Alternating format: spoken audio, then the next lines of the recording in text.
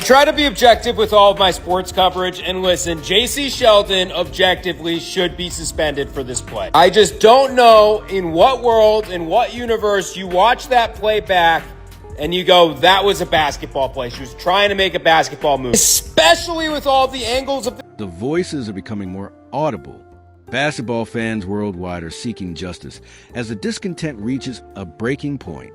Following Jacy Sheldon's brutal attack on Caitlin Clark, the WNBA community has erupted in indignation, and they are making it very evident that they want Sheldon to suffer severe financial repercussions for her careless conduct, which could have put an end to the career of the biggest superstar in women's basketball.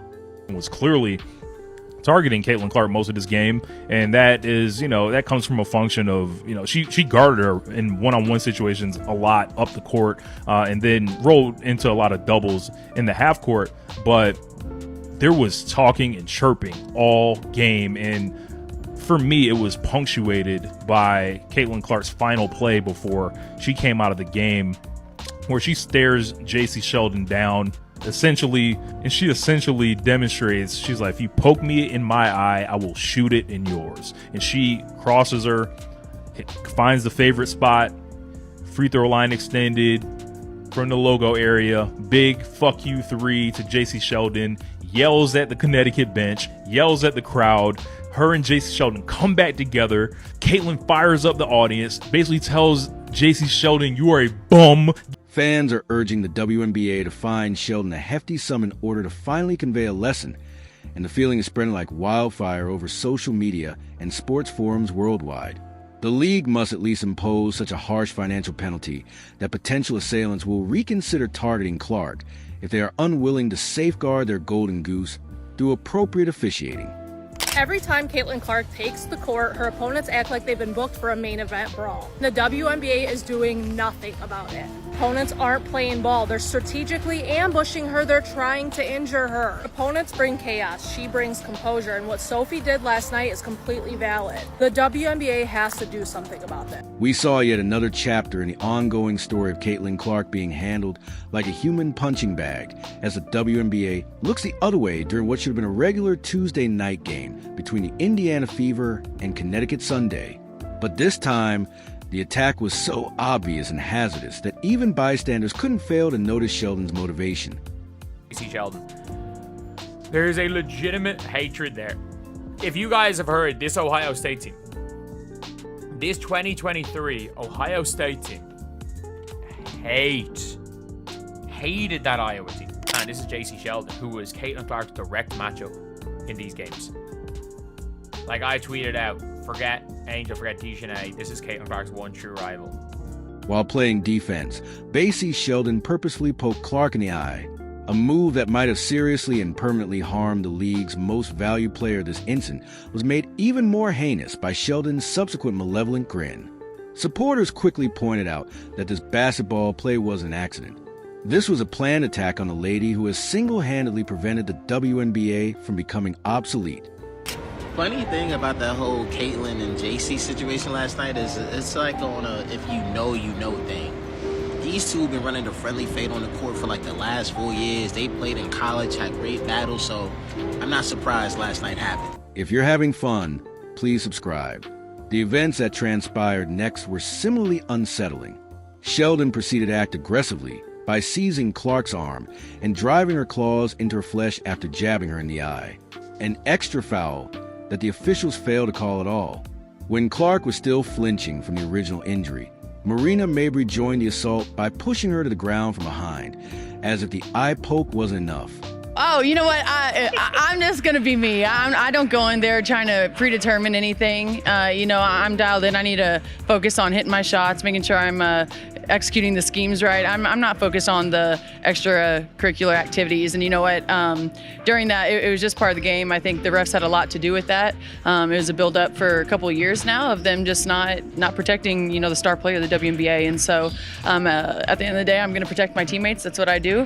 And I'm a team player, so it's all good. The intensity of fan annoyance that had been growing for years was made clear in the immediate wake of Sheldon's attack. Fans demanded harsh punishment on social media within hours of the occurrence, ranging from huge fines to suspensions for the entire season. As fans of Caitlin Clark deluged Sheldon's Instagram account with harsh criticism remarks, ranging from calling her unprofessional and bitter to questioning if she belongs in any professional league, the hashtag Jacy Sheldon started trending across several platforms.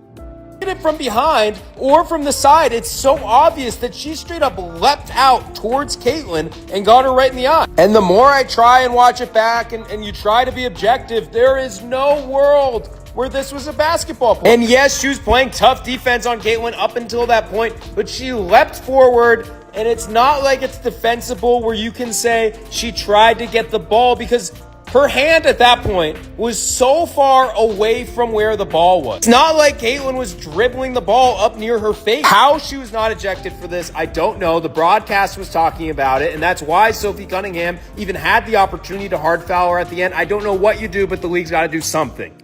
Even well-known members of the media joined the chorus of indignation. Jimmy Fallon addressed the WNBA leadership directly on The Tonight Show, asking, "What's going on in the WNBA? At all means, keep Caitlin Clark safe. Please, enough of this." When well-known entertainment personalities openly criticize the league's shortcomings, you know the issue goes beyond basketball. Barstool Sports' Dave Portnoy was unreserved in his criticism, labeling the attackers envious loser punks and advising them to join a recreational league where nobody is interested in them. The WNBA is not interested in this kind of widespread public attention. Bad press that highlights their repeated inability to safeguard their most important asset. We'd stop the fighting. He thought they meant the WNBA. What is going on? Protect Caitlin Clark at all costs, please. Enough of this. Please. You must comprehend the enormous importance that Caitlin Clark adds to the WNBA in order to comprehend why fans are calling for Sheldon to receive such a harsh punishment. The statistics are clear and show that one guy is solely responsible for the league's present success. Dr. Ryan Brewer, an associate professor of finance at Indiana University Columbus, claims that Caitlin Clark was in charge of an incredible 26.5% of the WNBA's overall economic activity during her rookie season. To put this into perspective, that means that one player, who was only earning $76,535 in her first season, was accountable for more than a quarter of the league's financial success. Brewer's 2025 forecasts are even more astounding. According to his projections, Clark could have a total economic impact of around $1 billion for the WNBA this season. That's a billion with AB, which is a huge sum that surpasses the entire prior history of women's professional basketball. When one player is in charge of so much financial activity, it is not just immoral, but also financially disastrous to let her be singled out and possibly hurt. Bring Caitlin Clark to the NBA right now, because the refs ain't gonna protect her. She only got one teammate, and that's her, who gonna do something about it. Like, yo, yesterday, that's malice in the palace activity. Call for it. That y'all should have been throwing hands all over the place. How do you get poked in the eye, then get thrown to the ground, and then you receive a technical foul? And don't none of your teammates want to step up, fight, squabble, none of that. They just looking like, yo, it's been, we know that y'all been targeting Caitlin Clark now. Now, I'm even watching. I'm like, hold on, what? Like, how are y'all letting this happen? How are y'all not protecting this girl? Now, she clearly is a superstar, right? But there's plenty superstars in the WNBA, and don't none of them get treated the way Caitlin Clark get treated. Now, y'all gonna mess up and ruin the whole numbers, your ratings, your sponsor, all that, if y'all don't have Caitlin Clark in y'all's league. So y'all better start acting right. I'm telling you. The WNBA has responded to the Sheldon attack in a very pitiful manner. Sheldon was given a flagrant 1 foul, which entails a $2,000 immediate fine. A $400 fine was imposed when Marina Maber's technical fault was elevated to a flagrant 2. That's less money than most people spend on a great supper. To put these penalties into perspective, Sophie Cunningham, who at last stepped up to protect Clark, was given 2 flagrant fouls during the game in addition to an additional, unannounced sanction from the league. The message is unambiguous. Defend Caitlin Clark and incur numerous penalties, but attack her and pay $200. The system is entirely outdated. Supporters are not only angry about the insufficient penalty, they are actively banding together to call for reform. Hundreds of signatures have been gathered in a matter of days for several petitions that demand harsher punishment. Everyone agrees. For the seriousness of the offense, the current fine structure is wholly inadequate. Campaigns on social media have emerged with particular needs. Supporters are demanding tens of thousands of dollars in fines, claiming that anything less than a month's pay is insufficient to serve as a true deterrence. Some are even requesting that Caitlin Clark receive percentage of any fine directly in exchange for the harassment she has faced. This has been a very contentious 12 hours since the game. A lot of people on ESPN saying ridiculous things, like Monica McNutt saying she had no problem with Marina Mabry's foul. And I look at that in comparison to the Sophie Cunningham foul, which I have seen people say has no place in the league, unsportsmanlike, when that actually is a lot more sportsmanlike than the Marina Mabry one. Marina Mabry was completely disconnected from the play, had nothing to do with it. There was no play even going on when Marina Mabry did that. The reasoning makes sense from a safety and financial standpoint. Had Clark's vision been seriously impaired by Jacy Sheldon's eye poke, the WNBA might have lost hundreds of millions of dollars in income. The WNBA strategy to safeguard Caitlin Clark is completely nonsensical from a financial standpoint. The largest phenomenon in the history of women's sports is about to happen. A player who has increased their attendance, TV ratings, and retail sales, but who is still being singled out by players with agendas and resentment. When she performs, television ratings triple and teams are unable to sell seats. Without her, the wise corporate decision would be to guarantee her safety and prosperity by imposing harsh financial penalties on anyone who target her, as entire cities rearrange their venues to accommodate the audiences she attracts. Thing about this, Clark's presence was largely responsible for the Indiana Fever's franchise valuation increasing from $90 million zero to $340 million zero in just 1 year. That is a value boost of $4 billion that could be attributed to just one participant. A $2,000 fine for attacking that player is not only insufficient, but also fiscally reckless when that magnitude of financial effect is involved. Having Caitlin Clark is a once-in-a-generation talent.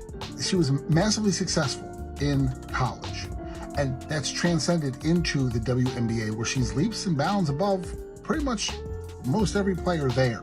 You're allowing her to get beaten up on the regular during games, flagrant fouls, people trying to take her eye out. That's happened a couple different times last year and this year.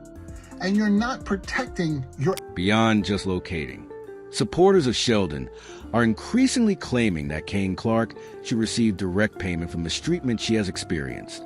The reasoning is simple. A player should receive more money than her usual salary if she is being singled out in ways that no other player in league history has encountered, and if this targeting is directly connected to her enormous value to the league. Bart's present income pales in comparison to her economic influence. She is earning $78,000 this season, while contributing almost $1 billion in revenue to the league. That is a return on investment that would make any corporate leader smile. However, the league permits unpunished attacks on their golden goose. A protection bonus scheme, as suggested by some supporters, will require any player who flagrantly fouls Clark to give her a portion of their compensation. Others contend that Clark should receive extra payment from the league for his persistent treatment, which goes well beyond typical basketball competition. Considering Clark's unparalleled influence on the WNBA's financial performance, it would be reasonable and practical from a financial standpoint to design a system of protection and compensation just for her. Could argue she is an A-level star, and they don't even have B and C-level stars. From A, it drops to D. She is the entire league, and they allow things like this to happen last night against the Connecticut Sun. Watch when Caitlin Clark is trying to create some space. It looked like she just got hit in the eye there. Oh, and Marina Mabry, I missed that one, Edona. Oh, I missed that one too. Like, it wasn't just a hard foul accident. Like, there's nothing Caitlin Clark has done in response at this point. So what's the point in bowing up into her face? And immediately, I don't think Caitlin's even extended her arm to push her away. Maybe the coaching is, hey, if you're physical, Caitlin Clark is one of the only ways to stop her. Yes. So, like, they're all encouraged to be really physically aggressive. But it's hard not to look at this and think there's animus towards her. You got to protect Caitlin Clark. She is the WNBA. The WNBA's excellent structure would look very different if they were serious about safeguarding their billion-dollar investment. Players could pay $200 in fines out of their petty funds, but real penalties would require a sizable portion of their yearly salaries.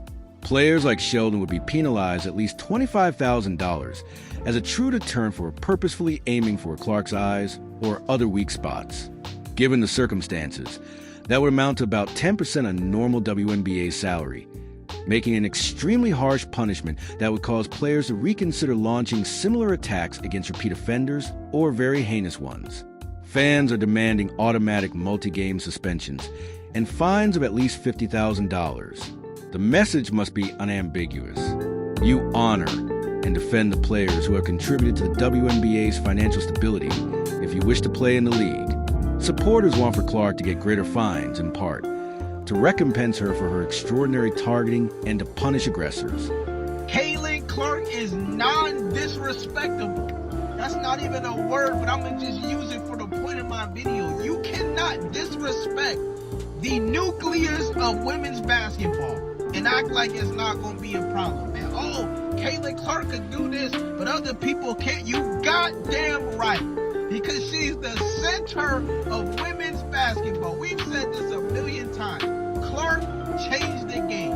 She is the nucleus, the center, the black hole. Everything revolves around Clark with women's basketball, man. Because of her